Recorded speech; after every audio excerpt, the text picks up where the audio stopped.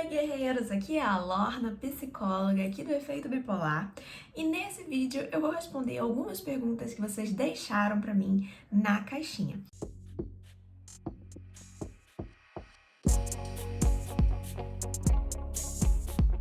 Lembrando que a minha resposta pelo Instagram, pela internet, jamais, em momento nenhum, vai substituir a avaliação clínica de um profissional de saúde mental, ok? Tendo dito isso, vamos às perguntas. Primeira pergunta: é normal ficar estressado ou agitado e no mesmo dia se sentir sem energia? Em primeiro lugar de todas as coisas, a gente precisa ter a consciência de que além de ter um transtorno bipolar, você é um ser humano. Qualquer pessoa pode ficar estressada ou agitada caso algo estressante aconteça com ela. Por exemplo, você precisar lidar com uma pessoa que você não gosta, ou você ter algum problema no seu trabalho. Isso sem falar de tantas outras possibilidades.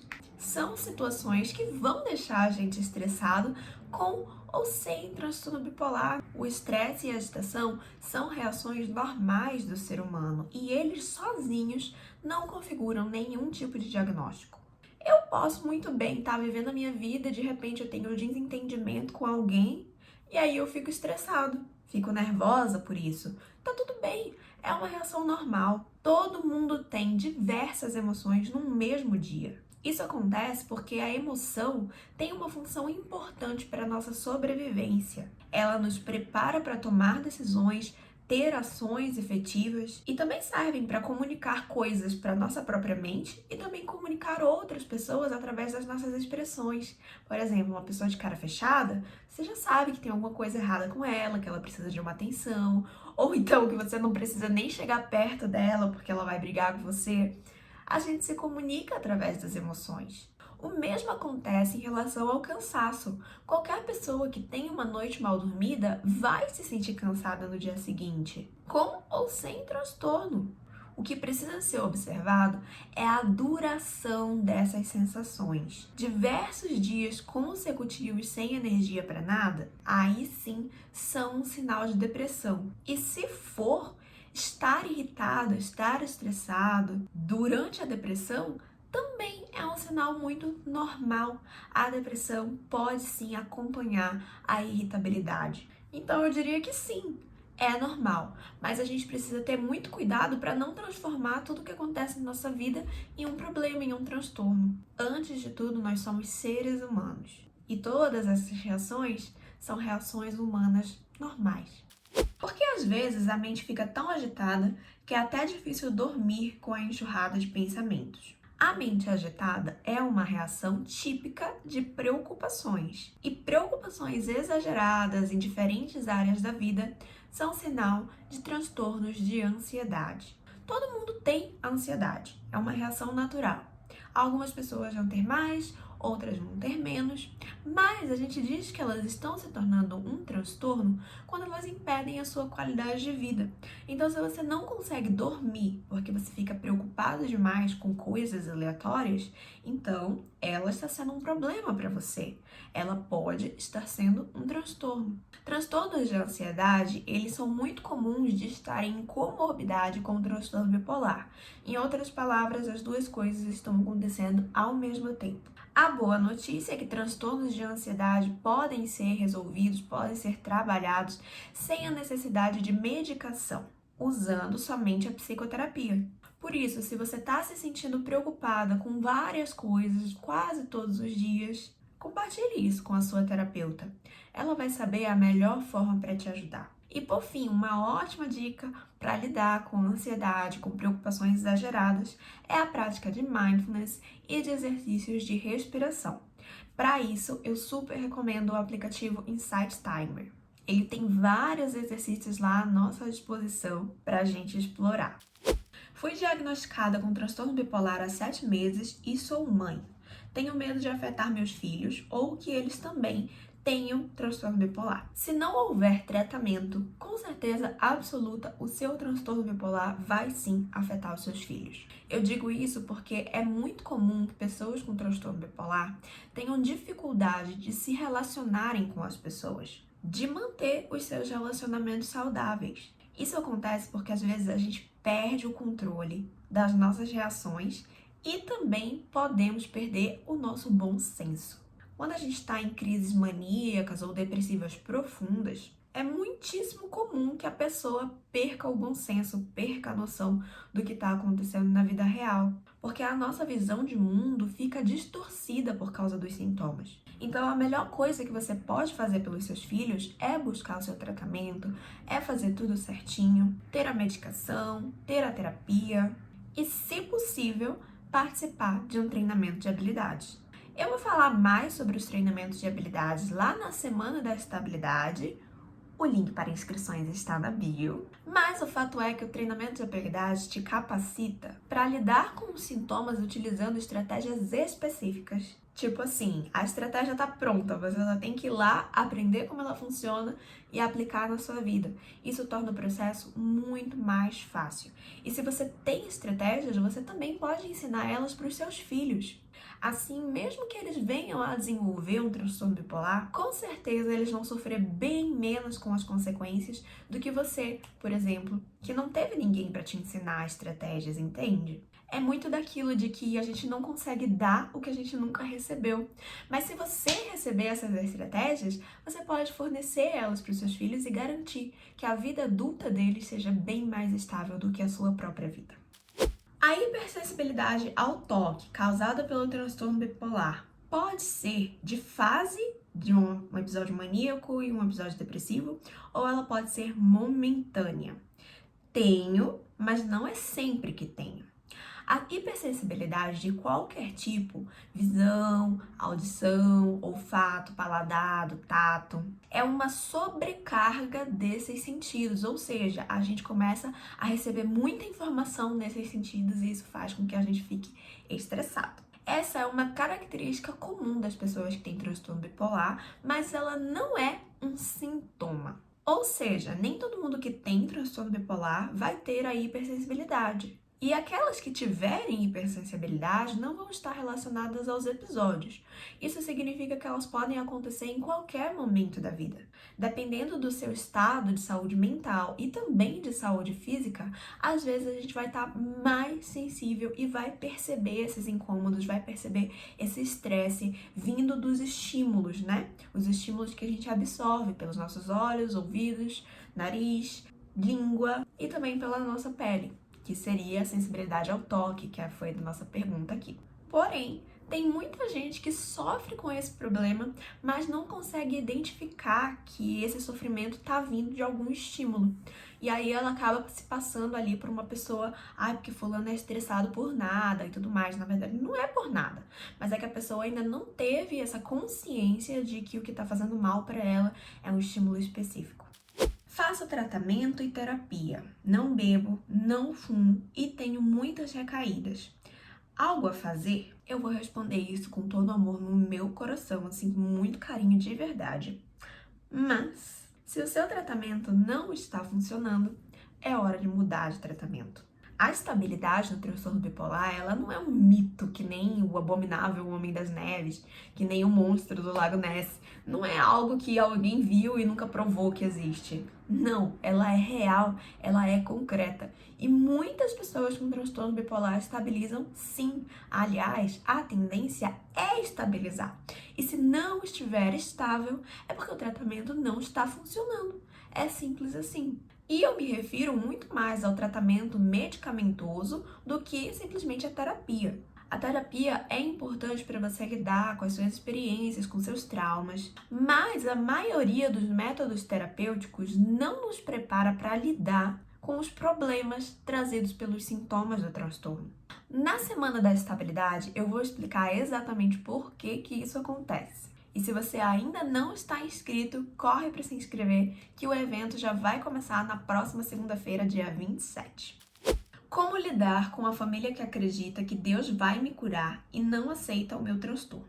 Olha, a minha família também acredita que Deus vai me curar, mas eles têm respeito pelo meu tratamento. E eu acho que a base de qualquer relacionamento precisa ser o respeito. Uma relação sem respeito, ela é tóxica e ela prejudica a nossa saúde mental, não por causa do transtorno, mas porque ela, por si própria, é um transtorno, é um problema. Então, eles têm sim o direito de não aceitar o seu transtorno, mas eles não têm o direito de interferir no seu tratamento. Caso isso esteja acontecendo, eu recomendo talvez tentar uma terapia de família. Como a tua família é religiosa, às vezes na igreja tem uma psicóloga voluntária, alguma coisa assim, um acolhimento, é válido da gente tentar, mas na pior das hipóteses, considere também a possibilidade de afastamento dessas pessoas. Não é porque é família que a gente tem que engolir pessoas que nos fazem mal. A sua saúde mental precisa vir em primeiro lugar. Mas caso isso não esteja acontecendo, eles sejam respeitosos, não estejam tentando atrapalhar seu tratamento nem nada, faça como eu. Deixe entrar por um ouvido e sair pelo outro. Afinal de contas, na prática, não faz muita diferença. Lorna, há alguma relação entre o transtorno bipolar e o estresse? Há várias relações, para ser bem sincera.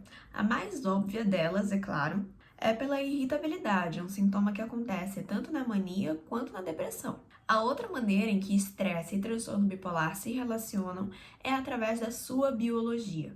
Quando a gente passa por muitas situações estressantes, o nosso corpo libera certos hormônios que interferem no nosso tratamento e podem até estimular crises que em outras situações, se você estivesse mais tranquila, vivendo em paz, talvez essas crises não acontecessem.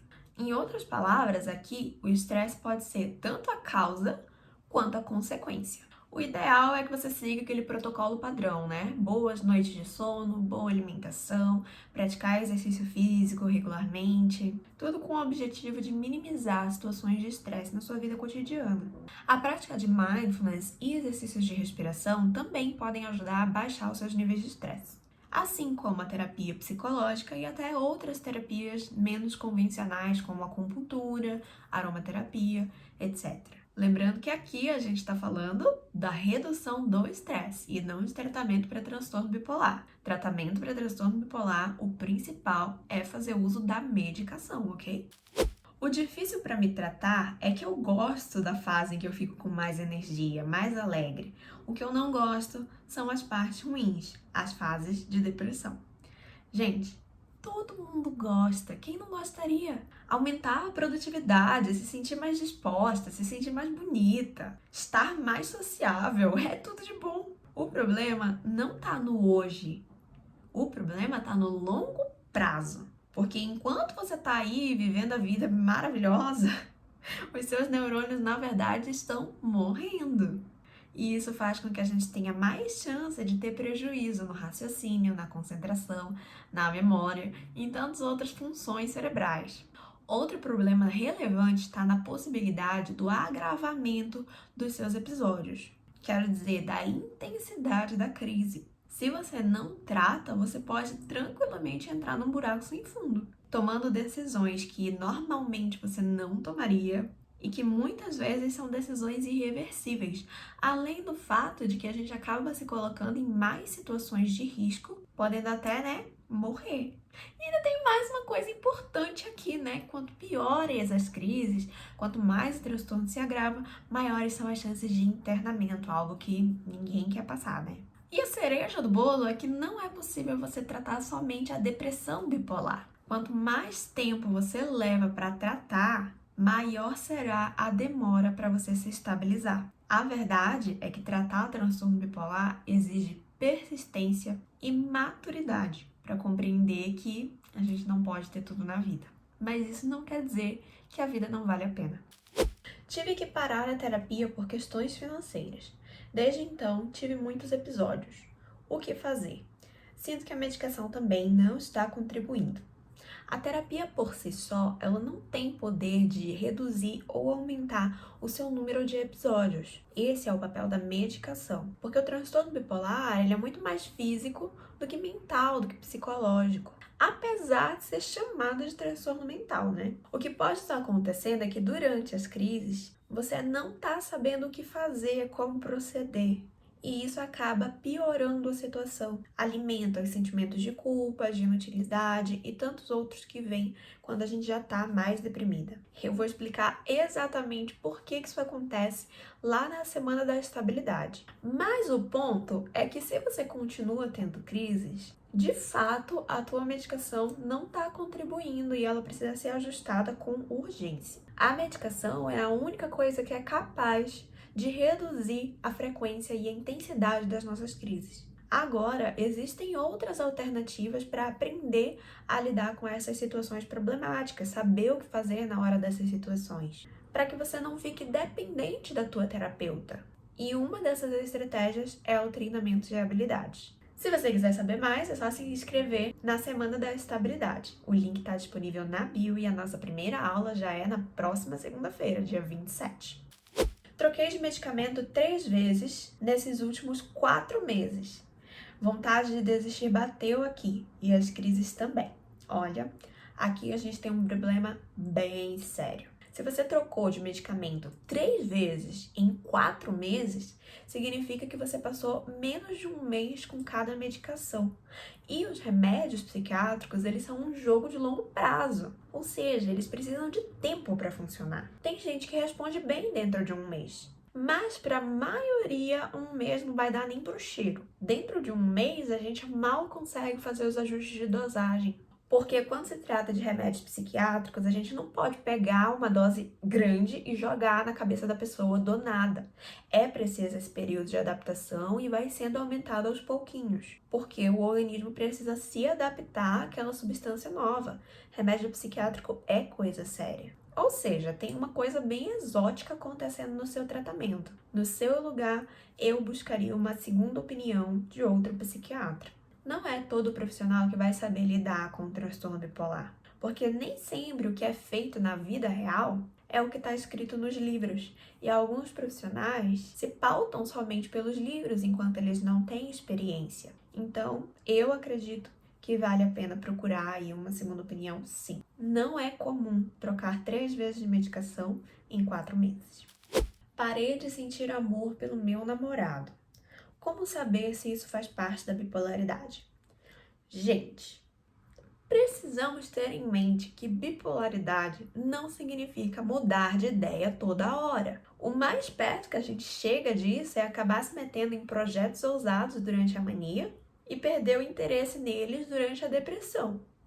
No máximo, assim, estourando. Quando se trata de relacionamentos, não é bem assim que funciona. Ou pelo menos não deveria ser, porque num relacionamento saudável, você gosta da pessoa pelo que ela é e não pelo que ela te faz sentir. O seu relacionamento não pode ser sobre você, tem que ser sobre o casal, sobre os dois. Mesmo que você passe por diversas crises, se você gosta da pessoa pelo que ela é, não vai ser uma crise que vai fazer o seu amor acabar. Porque a pessoa não vai mudar do dia para a noite a personalidade dela e muito menos você vai mudar a sua. Existe muito mais por trás de um relacionamento entre duas pessoas. Se você parou de sentir amor, é porque de fato o sentimento acabou ou você nunca gostou dele. Ou sei lá, tem várias opções para responder essa pergunta. Às vezes não é nem falta de amor, é tédio mesmo. Tédio e sentimento estar acabando são coisas muito diferentes. O que eu posso sugerir é que você faça uma lista de prós e contras para avaliar aí a validade do teu relacionamento. Mas dizer que o amor acabou por conta da bipolaridade, para mim, não faz muito sentido. Como costuma ser a transição da depressão para a mania?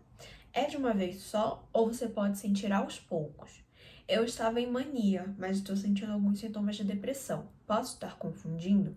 A transição entre as fases, ela não precisa ser demorada, pode sim acontecer de um dia para o outro, mas ela precisa ser duradoura. O que eu quero dizer? Eu posso um belo dia acordar me sentindo deprimida.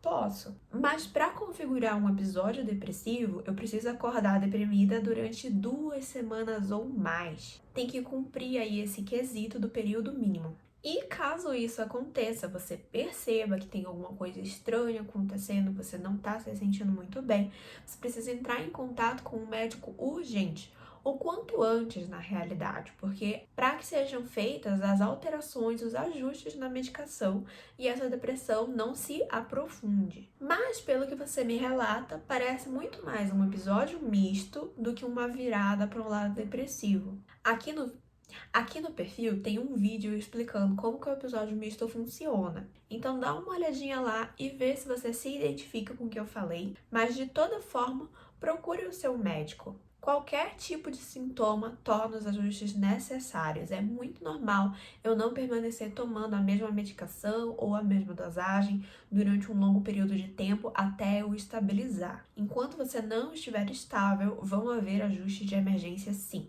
independente do tipo do episódio, independente do tempo que ele estiver durando. Aliás, quanto antes você procurar fazer o ajuste, melhor. Alteração do humor, raiva em excesso de mim mesma e medo do abandono se enquadra na bipolaridade?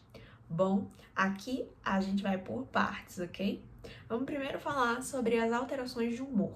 Essas alterações costumam ser confundidas com flutuações emocionais, mudanças emocionais. E é muito importante que a gente entenda que emoção e humor não são a mesma coisa. O humor é uma palavra usada para falar sobre o nosso bem-estar, sobre a nossa disposição. E as emoções são respostas biológicas que envolvem alterações no nosso sistema nervoso, contrações musculares e também na liberação de certos hormônios. As emoções têm um papel de sobrevivência e também de comunicação. Isso quer dizer que qualquer situação que você vive vai te provocar uma emoção diferente. Em outras palavras, você vai sentir várias emoções ao longo de um dia. É através dessas emoções que a gente se adapta aos nossos ambientes sociais. Ter diversas emoções ao longo de um mesmo dia é completamente normal e saudável. O que seria bizarro é se você passasse o dia inteiro sentindo uma única emoção. Inclusive, se isso acontecer, comunique a sua terapeuta o quanto antes, porque realmente não é normal, não é para acontecer. Ponto 2. O transtorno bipolar envolve sim uma boa dose de raiva, mas não necessariamente raiva de si mesmo.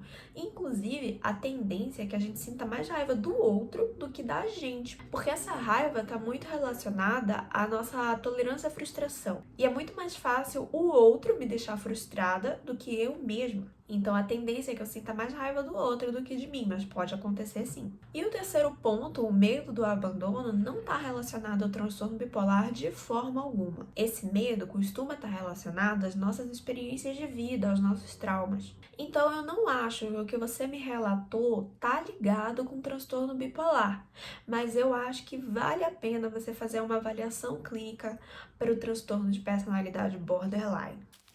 Como a questão do sono funciona exatamente para o transtorno bipolar?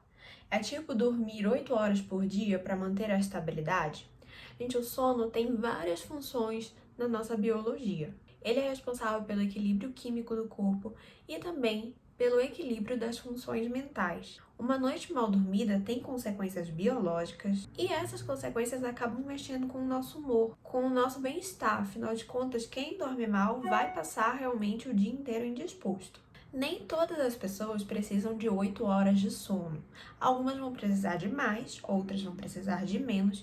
E a melhor forma de você entender como que seu organismo funciona, quantas horas de sono você precisa, é você tirar um final de semana para ir dormir cedo e acordar sem o despertador. Mas o importante para a regulação do transtorno bipolar é que você vá dormir no mesmo dia que você acordou, ou seja, antes da meia-noite, para que o equilíbrio hormonal se mantenha e tudo mais. E assim você faz a manutenção do seu humor.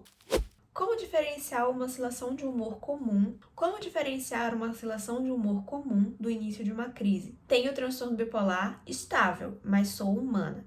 Eu gostei muito dessa pergunta. Muitas vezes a gente começa a enxergar o transtorno bipolar como se ele fosse a fonte de todos os nossos problemas.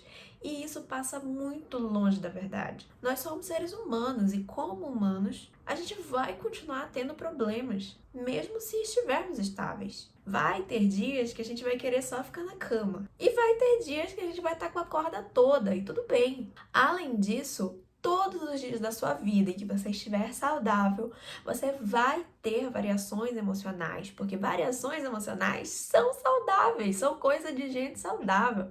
É problemático se você tiver uma única emoção durante o dia inteiro, aí tem realmente alguma coisa errada. Mas a gente costuma associar essas variações emocionais com problemas e, na verdade, isso não é um problema.